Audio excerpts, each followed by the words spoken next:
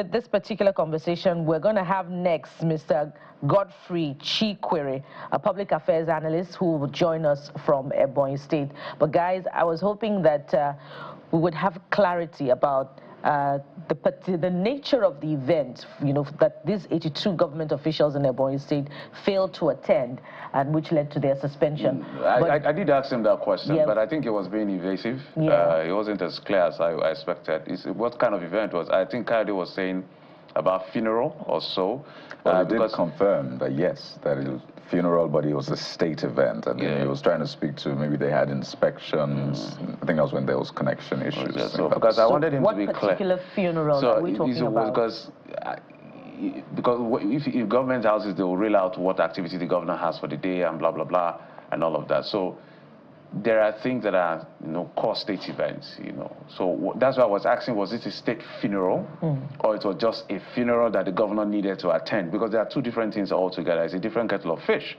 And again, that calls to the question of what importance is it to public interest that required him. So that's why I'm saying for me, the Honorable Commissioner, from the post by the Honorable Commissioner, is just because we didn't have time.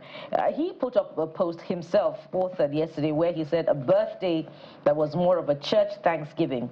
He claimed we were mandated to attend, and that led to our suspension. The manipulator has messed up with our brain. So I'm wondering, he's saying was he the one that said it? Yeah, I don't know. It's a post ascribed to him. Okay. Yeah. So, but there was no time to explore this point. But do we have our next guest now, Mr.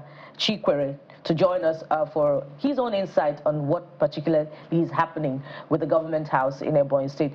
Mr. Chi, thank you for joining us on the program. I wonder if you were following the conversation, but regardless, I'm sure you've heard about the news of 82 government officials suspended in Ebonyi State following their failure to attend an important government function. Your first thoughts on this?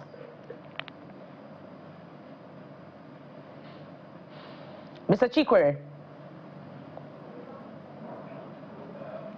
Mr. Chi, good morning. Thank you for joining us. Yes, thank you. Yes, we can hear you. So your first thoughts on the suspension of government officials in Ebonyi State? All right, I listened to the Commissioner for Commerce and Industry, and of course, I've been following events within Ebonyi State.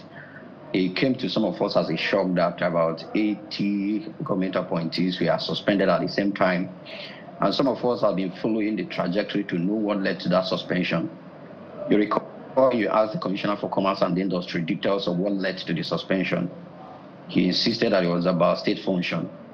And it goes a long way to tell you that when we have young people in government, I think we should set standard on how government should function. I read through explanation that the essay on new media to the governor gave to one of the social media commentators, where he explained that the governor was supposed to attend a burial at a particular place called Abofia. Abofia is in the local government area. And the governor has mandated the SSA State Affairs, who was the immediate past director of protocol in Ebonyi State, a man I've also worked with, to direct all appointees to be at that burial. Unfortunately, according to the essay on new media, the governor had flight delays and mandated the deputy governor of Ebonyi State to represent him at the event.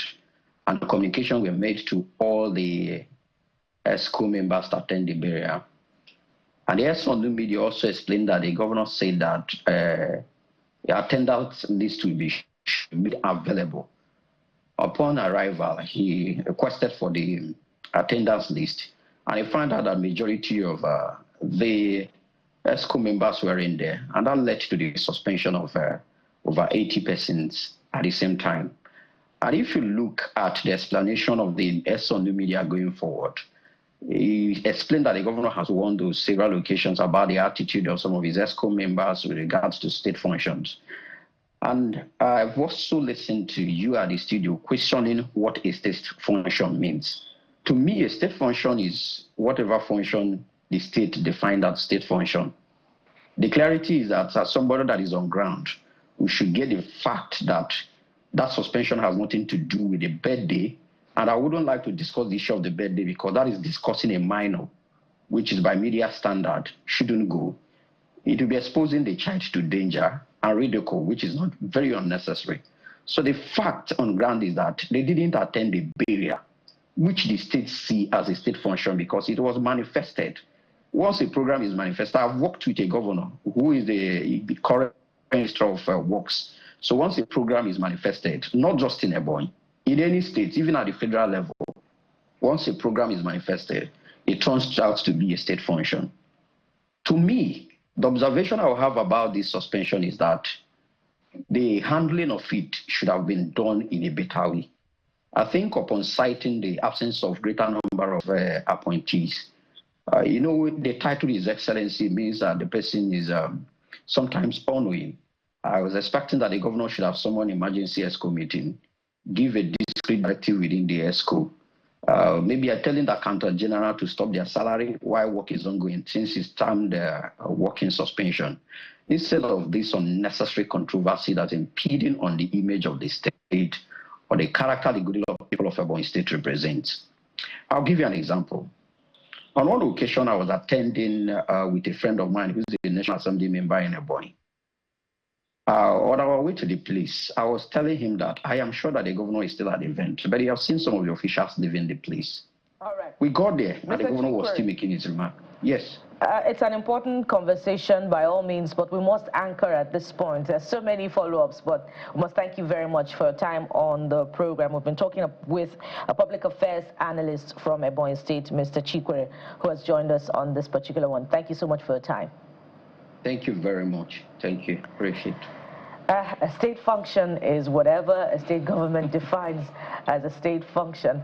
But let's go to Anambra State, where something also very concerning is happening as far as security is concerned. Let's take a listen to this and then we'll be back. Well, as you said, this popular businessman, young man, Ifesedachi Onyekere, who a lot of people online and offline know as Fish Magnet, has been killed despite what we hear was payment of ransom after he was kidnapped. And this is really sad. He was abducted from his residence in Orca South local government area of Anambra State in a late night attack. In fact, we understand that he was shot and then taken away. Ransom is said to have been paid, but still we understand that this young man was killed. It's a very sad one coming from Anambra State. Our hearts go to his family, and justice must be done for Fish Magnet and others.